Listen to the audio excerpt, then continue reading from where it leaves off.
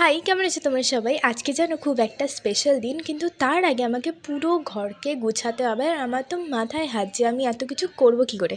তারপরে তাড়াতাড়ি করে বিছানাটাকে ক্লিন করে নিলাম, ঘরটাকে পুরো গুছিয়ে নিলাম।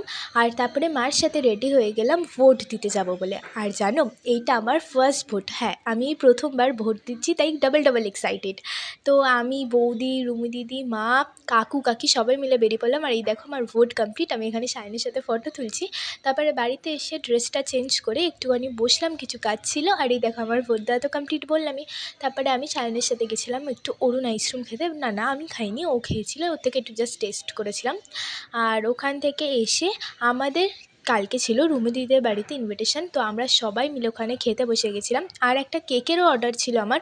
এই কেকটা আমি বানিয়েছি, অ্যানিভার্সারি থিমে চকলেট কেক ছিল। তোমাদের এই কেকটা কেমন লেগেছে আমায় জানিও।